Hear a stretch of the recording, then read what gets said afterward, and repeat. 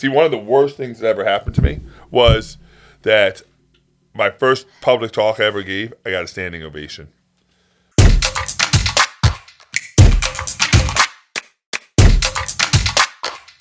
I was in Detroit, 100 people. It was it was crazy. So I've just started being a trainer, right? I'm working for this training company, and they did this big 3 day conference for just this company, this huge company in Michigan. So I was brand new. So had been there maybe 2 months. I had never given a keynote talk before. I'd done training before. But have you heard the story? Yeah. But I love it. Continue because I have questions. I already have other questions. Oh, okay. And so anyway, so I have this. So 3 day conference, right? And my boss says, "All right, Chad, you're going to give your first keynote. It's going to be a 30-minute keynote. It's going to be on the third day. The first 2.5 days, all I want you to do is I want you to be a participant, basically. Learn the content, learn this, go through everything because I was again brand new, and so I'm all fully engaged. I work on the keynote. The last day comes, I give the keynote. At the end of the last day, he's going to close out the show. But I'm going to give a keynote before this. I pour my heart and soul into this keynote, and I get a standing ovation. It was unbelievable. Usually 100, 150, 200 people, whatever it is. And they're going crazy, like standing ovation, cheering me on. I start crying. I'm literally at the front of the room crying because I'd never experienced anything like this in my entire life. I'd never been worthy of a standing ovation in my mind. I never did anything that was worthy of a standing ovation.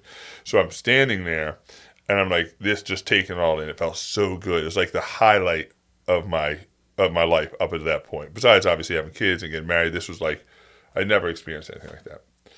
So I leave there that day on a high. Like I am feeling so good. I call my wife. I'm like, you're never gonna believe what happened. The plane ride was the best plane ride I ever took home. I was like, this is my calling. This is what God meant for me to do. And so now I go back. I do my trainings. Trainings are normal because I'm not giving keynotes. I'm just doing trainings, right? And so probably 2 months later, time for me to give another keynote, different company, right? I prepared just the same. I made my stories better. I delivered the exact same, even probably in my mind even better. No standing ovation. And I walked off stage and I was like, "What just happened? Like what just happened?" And it was the worst. I did not call my wife. It was the worst plane ride home. In my head, I was like, "Oh, this is great." Like I'm like a one-hit wonder. I have one good keynote, and then I bombed this one. My boss is going to find out about it. I'm probably going to get fired. Maybe I'm not called out for this. Maybe the first one was just luck. And I was in my head, this is the worst thing in the world. But I can't quit because that's not what I do. So I'm like, all right, next keynote. I have another keynote like 3-4 weeks later. I'm going to prepare even harder. I'm going to hit my stride. I'm going to hit my marks even better. I'm going to tell the stories even better. I'm going to pause better. I get really in my head. I do the keynote, standing ovation. All right, I'm back, baby. I'm back. I'm feeling like a great plane ride home. I call my wife. This is amazing. Nope, that one was just off. Maybe it was the crowd. Maybe it was me. I don't know. But 2 out of 3 ain't bad. Like this is gonna be great. The 4th and the 5th, no standing ovation. It wasn't until like the 6th keynote I had done that I realized that the standing ovation didn't determine the quality of my presentation. It was the intent I put into it. It was the preparation I put into it. Sure, you want validation, but the problem was I was so used to living my life craving outside validation, but never being inside validated, never validating myself, that I could only live on the outside validation. And then when I got it, it was like, oh, this was the meaning of my life. When really the goal is to figure out how to validate yourself from inside. And I find myself back now waiting. We find out, Chad, you have a legitimate shot at making one of the 2 top best-selling lists in the country. There's 2. There's USA Today and there's the New York Times. And now I see myself fighting, like, am I going to be okay if I don't make one of those lists? Do I need that outside validation? If I get it, does that mean that I'm better because of it? Because, did I not work just as hard if I don't get it? So I think the key is, the more you become inside validated, the more you validate yourself and love yourself, the less need for outside validation. There's nothing wrong with outside validation, But when it's what you pin your life on, your happiness that dictates your emotions, is a really rough road to be down. So for me, I got to really be careful to remember it's about inside validation first. I know what I did to work on this book. I know what I poured, I know what it took to write this book. I know the contribution. I know the stories. I know my intent. And I don't need a best-selling title in order to feel the way I feel. I'm going to need that edited and like in his inbox to play between now and Friday. That's what we should do the Friday video on. That's, yep. I don't know if you saw the look me and Morgan had as soon as you started talking. I was like, are we recording? Damn right. I'm serious though. My question is, are you going to listen to this shit? I'm trying. The same way I'm not, like I'm trying not to look at the Amazon numbers, but I do. The way Every I'm 5 seconds. Yeah. Yeah. Yeah. It's hard. It's hard because you want it. I want to feel validated. I want to be able to say I'm a best-selling author. Now, I can say that now. I can say I'm the best-selling author at this address in Falston, Maryland. Right? I think it goes so much further than that, though. What do you mean? Like, I know, and I've said this 800 times, I know I'm biased about this whole situation, right? And I think what you've written and created is just absolutely insane. But look at, you talk about validation. Like, look at all of the people that are all over the country, all over the world that are sending you pictures of, like, them buying your book, or they're going to New York City, or they're in Vancouver, or they're, in Lisbon, like, sending you pictures. They're out of stock. Yeah. Like, that validation doesn't mean anything? No, or it does. No, it absolutely, 100% does. I'm saying I got a voicemail the other day. Oh, my gosh. I forwarded it to you. I don't even know that guy. Like, I just can't. It made me emotional. Yeah. So I think it means more when I'm able to validate myself. See, with the title. Huh? With the title. No, I mean the more I have the inside validation, the less I need outside validation. And I think that the fact that I'm craving outside validation probably still means there's a story that I'm holding on to that I need to figure out.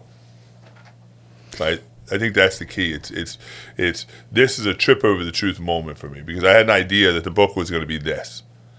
And listen, when I wrote the book, I don't do anything small. So I already, like, when I started the book, I'm like, that's it. It's going to be a New York Times bestseller. It's going to affect millions of lives of people. Like, I did it for the right reasons, but I always think big. I always think, that's just who I am. And but now that it's here, and now that I'm getting pictures of people buying it off the shelves, I'm saying we had a guy yesterday who said last copy in New York City. Mm-hmm. There was one store left in Barnes & Noble that had it, and he went there and he got literally the last copy off the shelf in Barnes & Noble. There'll certainly be more, but like I was like, that's pretty incredible, right? Mm-hmm. But man, I would love to be able to call myself a New York Times or USA Today best-selling author. So I don't think that's okay. I think it's okay to want that validation, but only if you have the first validation, which is inside validation. I was listening to this podcast this morning. I have to send it to you because so much of it is like just you in another person's body and voice, mm-hmm. right? Like it's all stuff I've heard before, but there's something that you just said that they said on this podcast that makes me think. So this gentleman who's on this podcast is talking about how he has struggled because his father committed suicide when he was at the age of 13. And his grandfather also took his life at a very young age. And so his father struggled from the loss of his dad. Mm-hmm. And now this guy who's on this podcast discovered that a lot of his narrative and stories and issues that he had growing up as a child, and even now married 12 years with his wife, made him realize that he never felt loved. And so I know the story about your dad. You've talked about it all the time.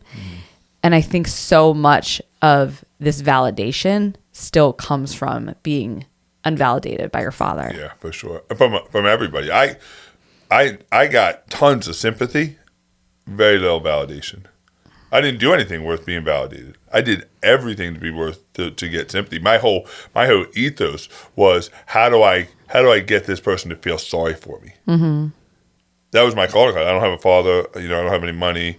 I have this. I'm that. So all this all the sympathy. My life was predicated not on validation but on sympathy. And you know how bad it is looking back on when people just feel sorry for you. But I knew I never did anything worth to be anything worthy of being validated. Nothing. That's not even being hard on myself. Victims don't do things. People with victim mindsets don't do things to be validated. And so for me, I wasn't doing anything worth being validated. And so now that I am living a life that is worthy of validation, interior validation, I want the exterior too. And so I think it's just a mix of like making sure that you're validating yourself. And I think you're right. I think that, I was looking, Barnes & Noble sent us a list of where the books were going to be sold, right? Because they weren't sold in every Barnes & Noble for the first week. They wanted to see how they did. Now, with all the book sales, they'll be in every Barnes & Noble. But I was going through the list, and one of the list is where my father lives. I don't know where my father lives. I know the city he lives in. He has no clue that I wrote a book. But there's a book in a bookstore in the city in which he lives. And I kept going back to that on the list. I was like, what if he walks into this bookstore? What if he just so happens to walk into a bookstore and he proves and like, hey, it's not like my last name is Smith. Mm-hmm. Right? And he's like, oh, wait, that's my son. Will it change anything? Will it do anything? And so you're right. There's probably still that desire and that need for that outside validation that I know is not coming. And maybe as I'm looking for it from him. Yeah. And I don't think it necessarily is that you're looking for it from him. I think that has created this underlying narrative and this underlying need that is not necessarily a need that you actually need anymore, but it is there because but I've convinced myself I need it. Right. That's what I'm saying. Nothing's ever good enough. Right. This book, when it does great and it affects lives and does all these things, it'll be about the next book. I love how you just shifted that. It'll be about something else, and you're going to catch it. Yeah. He said if, people. I caught myself. It's when. I caught myself. We don't say if around here. We don't do that. So can I ask you this, though, just about what you were saying with the validation? You always say, though, that the commission is the mission. And you've said time and time again that the end means the journey, or end is means of the journey. So wouldn't making the list... Isn't that the commission of the mission? Because you've said that you didn't write the book for the money. Yeah, that's right. It's a result of. Yeah, it'll be a result of. Yeah, that's exactly right. Way to shift the perspective, Benjamin.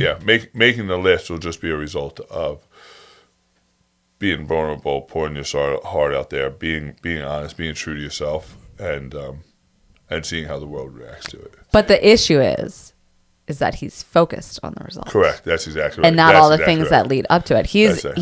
He's waiting for the New York Times bestseller list to come out this week. He's waiting for the Amazon number to drop. Yeah. Instead, I'm probably interfering. I need to get something to prove a point for this real quick. I'll be right back. I know this is mid-recording. Give me a second. Are you rolling out the red carpet, bro? What just happened? Nope, that's not it. What just happened? Ben just leaves the studio. You can't leave us unattended. Hey, Chad, real quick. Things might have it. Oh. What does that say? This is your... Divorce the outcome. Fall in love with the behaviors. Yeah, weird. Why is Ben Sometimes, so wise? if only he would listen, drink his own. Listen. Who needs one of these?